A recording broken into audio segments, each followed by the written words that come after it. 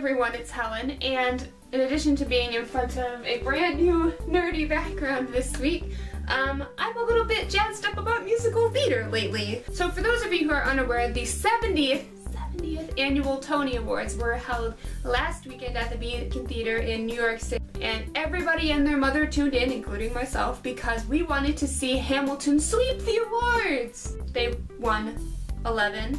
They didn't beat the record, but it was still a great night for musical theater.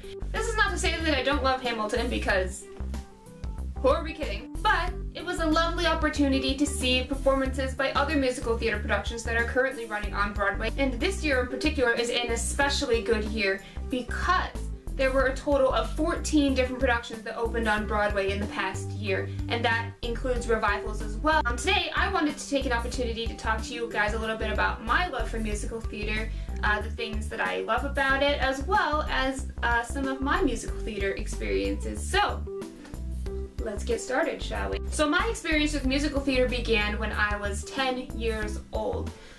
My school that I went to at the time was big on production and theater, and in particular musical theater.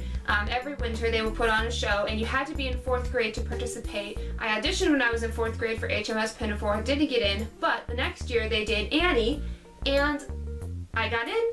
I played an orphan. I still had a wonderful time. It was the first performance that we had done in our brand new auditorium, which was so cool. Annie in particular I've loved since I was a little kid as a VHS. This is a production of Annie that I was in. I have not watched it in years. Maybe I'll do a roast of it someday, because believe me, there's things to roast about it. But I have such fond memories of being in productions like Wizard of Oz, which I was Glinda in. The next year I played Hava in Fiddler on the Roof, which is one of my favorite Broadway musicals.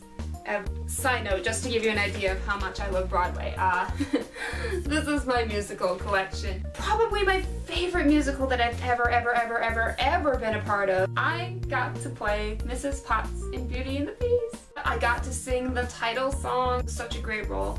And it's one that I now share with my queen Emma Thompson in the live-action remake that's coming out, and it's gonna be amazing. The next year, my freshman year of high school, I was in the ensemble for Pirates of Penzance, and then after that, I just didn't really act very much anymore, and that was mostly because I was more into instrumental music. But the love of Broadway has stayed with me forever, and it's so interesting for me to see people who've never been into Broadway before, ever, discovering all of these musicals, especially after Hamilton has become so popular. If anything, I want it to be kind of a jumping off point.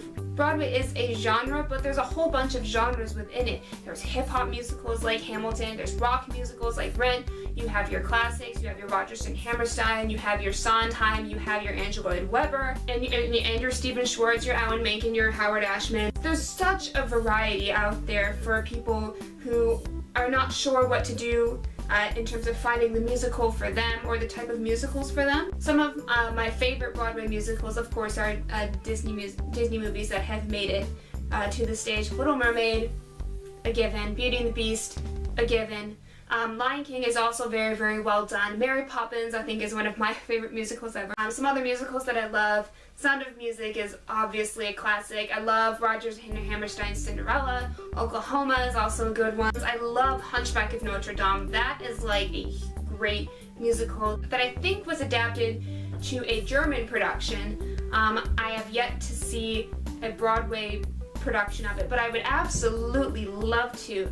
Speaking of Victor Hugo, Les Mis is obviously a classic. There's a show with it's kind of like half and half, music, dialogue, very clear musical numbers, and then there are shows like Les Mis and like Hamilton that are pretty much sung all the way through. I would be remiss if I did not mention Phantom of the Opera, Andrew Lloyd Webber's crowning achievement, that in Cats, I think, which is coming back to Broadway, which is amazing. But Phantom of the Opera is the longest running musical theater production on Broadway. Now, being in the Midwest, it's hard for me to get to New York to see musicals on Broadway professionally done like that, unless it's a touring production and it comes to like Chicago or Detroit or Grand Rapids or things like that. But my very first experience with seeing like any show, Broadway, West End, was this past March. I went and saw the West End production of Wicked, which has been running there for 10 years now. After it was over, I just thought,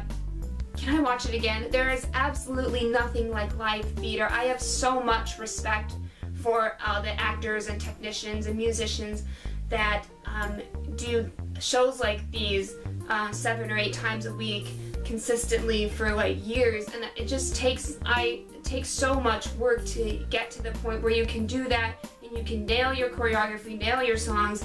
And I think people tend to take that for granted because in film you usually do like 1 or 2 takes and you're done. The thing about seeing a show versus listening to the cast album is once you see a show live, you have a new appreciation for the music because you see it in action. I could say that for Wicked because before I had seen it, there were about 4 or 5 songs or so that are like the popular songs. Like those are the songs that people know from the musical.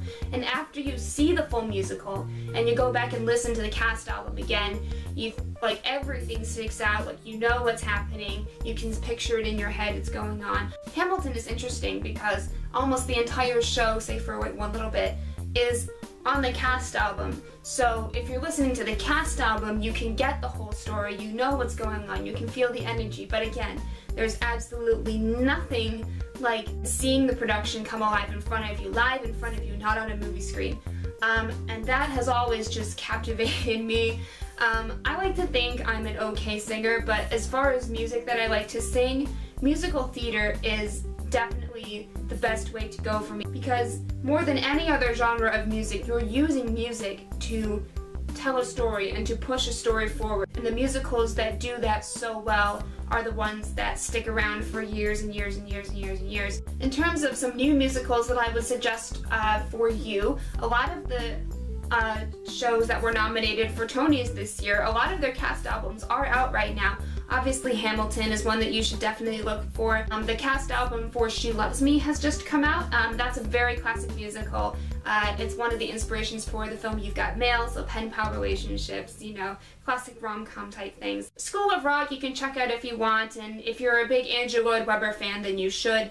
I would definitely also check out Color Purple if you haven't yet. I've just seeing that one performance on the Tonys, I need to see this whole musical. Bright Star, if you're a fan of bluegrass, I imagine you'll like that.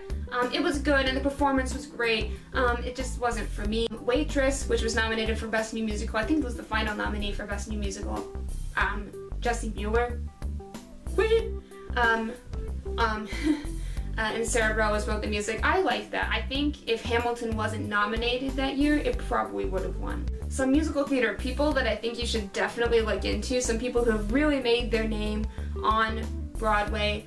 You should, first of all, check out the work of 6-time Tony winner Audra McDonald, Jonathan Groff, who plays King George in Hamilton, and also he was in Spring Awakening, Alan Cumming, Jesse Mueller, like I said, Lin-Manuel Miranda, go check out In the Heights, by the way, that's going to become a movie. Laura Benanti, Bernadette Peters, Victor Garber, Andrew Reynolds, Megan Hilty.